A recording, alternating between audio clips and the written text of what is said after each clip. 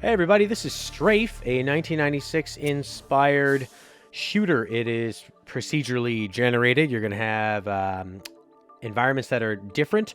You're going to have enemies flying at you, not flying necessarily, but there's going to be a lot of horde-like enemies. It's about going extremely fast, a lot of fast movement, and but staying alive. It's a very difficult game because there are high rad levels. I'm playing on a controller because I suck with a keyboard, but I'm going to show you the different guns. So you get to choose one of these three guns to start off with. Here's your shotgun. There is the alternate fire. Now, if you look at the ammo on the bottom right, you see where it says 6 shotgun bullets, goes to 5. If you reload, you will actually lose. You see above it, it says times 40. That goes down, so you lose the entire clip to no matter how many bullets you're refilling, which is realistic. But it's another thing to think about. So here is the machine gun. There you go. And the alternate fire. Not a very overpowered grenade. You have to be pretty smart with it. And it wouldn't be 1996 without a railgun. This is probably better off if you have a mouse and you know how to use it. I wouldn't say that I'm too good with this. And you can jump. And I do not believe you can crouch. So let's hop in and start shooting some people. All right, this is a beta build. The game is not finished. It was supposed to be out by now, but they have delayed it, I think, until May 9th, I do believe. Now, this is a problem. This isn't the capture. This is a part of the beta. Incredible slowdown you're seeing here. Normally, I would see this when I was exiting levels, but it started happening more frequently as I was playing. So we'll just skip to where it is caught up. And there it is. So you're going to be dealing with a lot of these type of enemies. These are the main style. It's a horde style of enemy. They're goofy looking guys. They look like fun-loving orcs that want to run at you, give you a hug. You've got robots that shoot projectiles. There are some larger enemies that shoot projectiles as well. It's not a hit scan. Hit scan being as soon as you shoot, as soon as you pull the trigger, you are hitting somebody. Think Call of Duty machine gun style. It's all about large projectiles that you can actually avoid, which is nice because it means that movement is more important. Here's the map. I don't find the map too useful. Another problem with the alpha right now that I'm sure they'll fix is that I haven't been able to access my inventory or cycle through my inventory items, whether using the controller, which I'm using now, or on the keyboard as well. So I'm sure that'll get patched in later. That's caused a problem on this playthrough because it's a very challenging game and it doesn't have regenerative health because that's the style of the 1996 shooter, and it's a style I really like in shooters, not having regenerative health. But even though I've clearly picked up things that have a universal symbol for health across, I haven't been able to access them, so I haven't gotten too far in this game. I've played for a few hours, but I don't think I've been able to get past level 2. I like using the machine gun because you can shoot for headshots, and when you're dealing with a massive horde, it's nice to have a lot of bullets in case you get into trouble. The maps are set up nicely to almost always include a lap that you can run around and around. So you can circle strafe, run backwards, and shoot at these guys or girls as much as you want.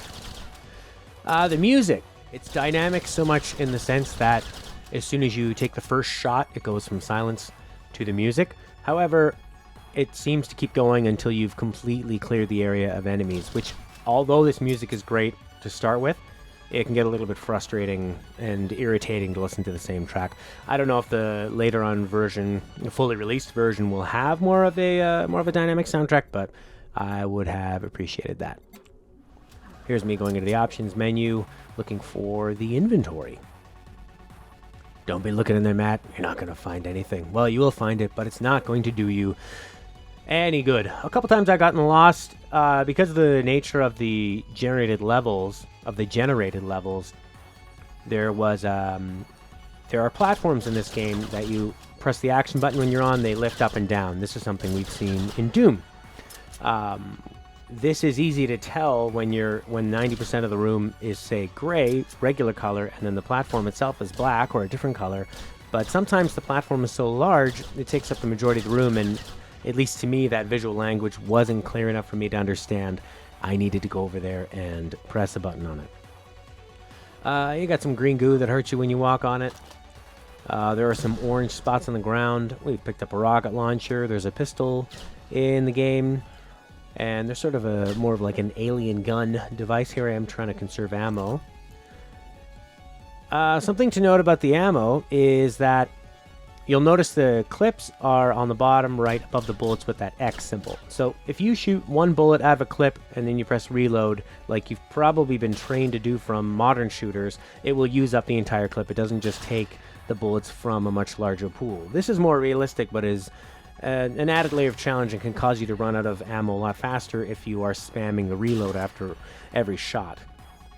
More realistic, more challenging. It just means you need to pay a little bit more attention. I wish all the guns had a display on them to tell you how many bullets you had left over, because that's incredibly important. And in a game like this, when you need to be, going very fast and you don't have a lot of time to poke down to the right to see what is up.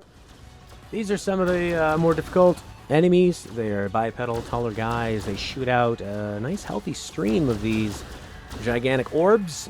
I'm assuming that later on in the game that there are more like these. I would hope so. It would up the ante on the game. Alright, this has been our very fast look at STRAFE. I'd say the game feels pretty well. It's very fast. It's very challenging. This is an alpha, of course, so I'm assuming they're going to be fixing up all that slowdown. And the inventory and the health would obviously enable me to get a lot further and check out more of it. I would hope to see more. I'm saying hope a lot, but rebellions are built on hope. I would want to see more of a variety in enemies. Of course, 2 levels in, we haven't seen that. But yeah, more variety in enemies, maybe a bit more challenge.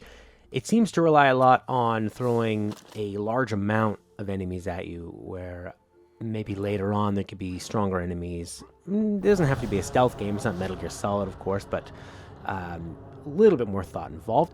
However, if they're going for more of like a reflex, as fast as possible, breakneck pace, that works too. It feels good enough in that range. So I'll be looking forward to seeing this game when it comes out.